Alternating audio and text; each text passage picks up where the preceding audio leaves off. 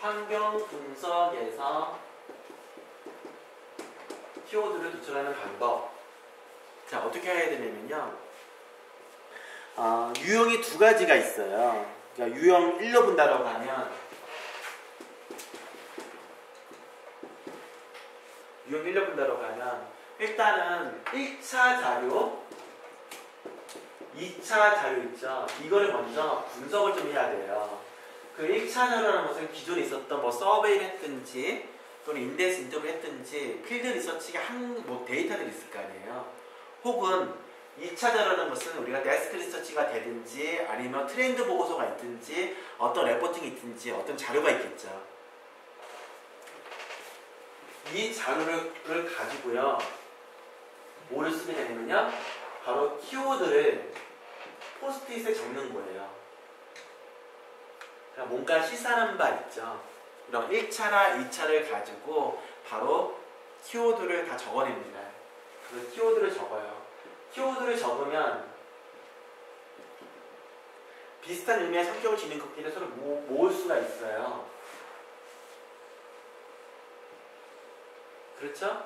예, 모을 수 있죠? 자, 모으면요, 여기에 특정 단어를 적겠죠. 얘는 어떤 키워드야? 한마디로 말하면 이렇게 말할 수 있죠.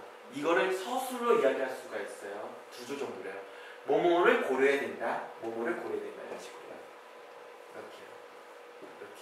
그래서 앞으로 있는 UX 리서치들은 요거 관점에서 앞으로 분석을 하겠다. 분석하겠다. 이렇게 나가는 케이스가 유형 1이 있습니다. UX 리서치는 어떤 특정 기준에 의해서 우리가 이 기준에 의해서 우리가 뭔가 분석해서 시사점을 도출하겠다라고 하는 거잖아요. 그렇죠? 벤치마킹을 한다라도 벤치마킹 기준이 없으면 시사점이 안 나오잖아요.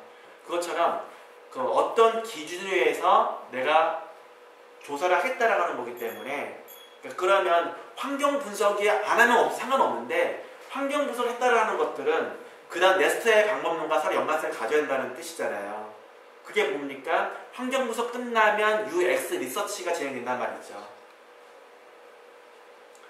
그럼 환경 분석에서는 바로 시사점을 우리가 키워드로 도출해야 되는데 키워드 도출하는 방법은 뭐냐면 바로 1차 자료, 2차 자료에 있는 것들을 키워드를 찾아내세요.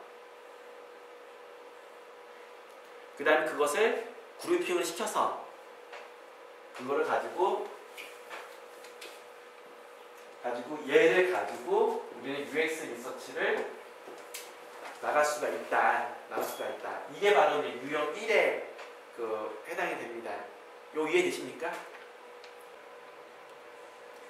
자, 여기는 스마트 브랜치라고 하는 건데요. 그러니까 스마트 브랜치라는 것은 은행에서 그러니까 뭐냐면 이제 우리가 ATM 기기 자체가 거기 통장도 개설할 수가 있고 다 할 수 있는 게 바로 스마트 브랜치라고 하는 거예요. 여기 같은 경우는 이게 뭐냐면요, 이런 기사들이 막 있을 거라는 거죠. 기사나 여러 등등의 자료를 봤어요. 이걸 본 겁니다. 1차 자료, 2차 자료를 본 거죠. 1차, 2차 자료를 본다라고 하면 덕에 맞춰가지고 이렇게 키워드를 적을 수가 있다는 거예요. 키워드를 적었죠. 키워드를 적었으면요. 그러니까 즉 신문 기사도 보고 요즘 어떤 레포팅도 보고 그 다음에 기타 여러 가지 자료들을 다 수집을 해서 공통적으로 나오는 그런 어떤 키워드들 있죠. 중복적으로 나오는 그런 키워드들은 글자를 키우면 되고 그렇지 않은 것들은 글자를 적으면 되는 거죠. 그러니까 키워드를 이렇게 적었으면 그 다음에 할 일은 뭐냐면요. 키워드끼리 서로 그룹핑을 할 필요가 있다고 하는 겁니다. 그러니까 키워드끼리 서로 그룹핑을 하겠죠. 이렇게 하나, 둘, 세 개로 이렇게 그룹핑을 할 수가 있습니다. 그룹핑을 하면요, 이 그룹핑한 것에다가 여기에서 한마디로 말하면 뭔데 이렇게 우리는 뉴 익스피리언스, 스마트 이런 식으로 나올 수 있다는 거죠. 이게 그러면 얘를 한 줄로 이야기하면 요거 자체에 비싼 서비스들이 있다라고 하는 거죠. 이렇게 돼 있습니다. 그러니까 즉 요 세 개가 결론은 뭐냐면요, 이게 이제 앞으로 여러 가지 조사하는 방법에서는 이 세 개를 기준으로 우리는 분석을 하겠다라고 하는 거거든요. 하겠다. 자, 이게 뭐냐면 유형 1에 해당이 되는 거죠. 그러니까 여기에서는 뭐냐면 1차 자료, 2차 자료 등에서 이제 말하면 포스트잇에다가 키워드를 적을 것이고 키워드끼리 서로 구입을 한 다음에 여기서 중요한 시사하는 바를 기준으로 우리는 바로 분석을 한다고 하는 거예요. 이렇게 분석을 한다. 자, 이렇게 유형 1로 이렇게 볼 수가 있어요.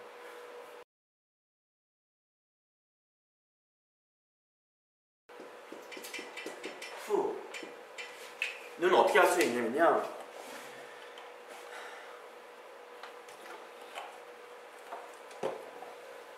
얘는 좀 심플해요. 경쟁사를 정해 내립니다. 경쟁사의 1년 동안의 그들은 활동을 보는 거예요. 왜냐면 그들은 온오프라인 했을 거 아니에요. 마케팅도 하고 온라인도 뭔가 했잖아요. 최신 동향만 보는 거예요. 경쟁사의 최신 동향. 그래서 얘는 보도자료를 주로 봅니다. 자기들이 무슨 활동을 했다라고 하고 보도자료가 막 나가게 돼요. 나가게 되면 그 보도자료의 제목이 있거든요. 그 제목을 키워드로 정의해버리는 거예요. 제목이요. 그렇게 했을 때 이렇게 나온 국기를 서로 묶을 수가 있어요. 이렇게 묶어요. 그 묶으면 뭐가 뭐냐면 하나의 키워드가 또 등장하는 거죠. 얘는 세부 키워드, 얘는 이걸 묶는 그룹핑하는 키워드 있죠. 자, 이렇게 하면 A사, B사, 똑같이 C사도 똑같이 이루어진 거예요. 자, 이러면 어떡합니까? 공통적으로 있는 애들이 있을 거라는 거죠. 이 키워드가요. 그 다음에 차별되는 어떤 키워드가 있을 거라는 거죠. 얘를 공통적인 것들을 데리고 올 수가 있고요. 차별된 것들을 이렇게 가져올 수가 있어요. 그러면 즉 공통적인 서비스는 무엇이고 키워드는 무엇이고 차별적인 키워드는 뭔데 그러니까 우리는 앞으로 공통적인 거랑 차별적인 것을 고려해서 어떻게 갈 것인지를 이제 사용자에게 우리가 물어봐야지 이렇게 갈 수 있다는 거죠. 왜? 공통적인 것들은 그 기능을 강화시켜 나가야 되는 것들이잖아요. 번역용으로 쓰는 그런 것들이고 그 다음 차별적인 것들은 뭡니까? 그게 진짜 특색이 있는 건지 아니면 그냥 그 사이에 어떤 특징적인 측면이나 뭔가 자기들의 가진 강점을 주로 놓고 있는데 사용자들한테 그게 외면을 받고 있는 건지 그렇지 않은지를 알 수가 있잖아요. 그래서 이런 것들을 했을 때 우리가 나갈 방향은 무엇일까 나올 수가 있는데요. 키워드를 하는 이유가 뭐냐면요. 키워드는 앞으로 자기들이 마케팅을 이런 거 한다라고 계속 보도를 보낸 거예요. 그렇죠? 그럼 다시 말하면 웹이나 모바일이라는 것은 뭐냐면 마케팅의 채널이라는 거죠. 그 채널이 실제 오프라인에서 이런 거 한다라는 이야기들이 실제 웹 모바일에서 이런 것들을 얼마나 지금 하고 있는지를 우리는 그걸 분석할 수가 있는 거고 그런 키워드 관점에서 사용자들을 현재 눈높이는 어느 정도 그 수준까지 와 있는지를 찾아낼 수 있다는 거죠. 그렇기 때문에 유형 2는 그렇게 할 수가 있습니다. 자, 사례 보겠습니다.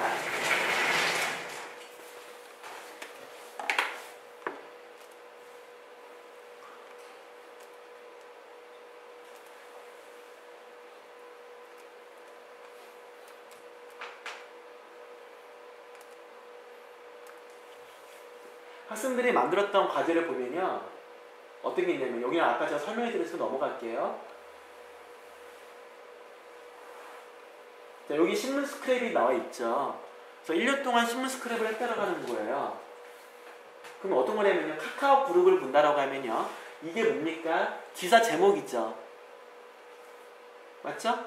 기사 제목에서 중요한 키워드를 이렇게 책상으로 칠할 수 있다라는 거예요. 여기 보시면 카카오 그룹, 밴드에 돋은 자, 카카오톡 연동, 그 다음 강점 써있잖아요. 카카오톡 연동, 카카오톡 연계, 카카오톡 연동. 얘는 뭡니까? 의사소통으로 그냥 묶을 수 있는 거죠. 여기 뭐냐? 카카오 입점형의 채팅 파일 첨부 기능, 모임 운영에 최적화된 공지 읽음 표시, 공지 기능. 이 키워드는 모임 활동 지원에 묶일 수 있죠. 이렇게요. 이렇게 1년 동안에 있었던 것들을 이렇게 묶을 수 있다는 거죠. 요 다음도 묶고 비트윈도 묶으면요. 네이버 밴드 묶으면 공통적인 게 뭐냐라고 하는 거죠. 그게 밴드 같은 경우는 의사소통이라고 하는 거, 간직하고 싶은 추억을 복원하고 싶어 하는 거, 모임활동 지원하고 싶어 하는 거, 차별된 것들은 이런 거 챙겨주는 거, 감정적으로 소구하는 거, 꾸미게 하는 거. 이런 것들은 차별된 요소죠. 그럼 우리는 어떻게 나갈 것인가? 이거를 직접 이제 UX 리서치에서 확인하는 그런 작업이 일단은 필요하다 라고 보시면 될 것 같고요.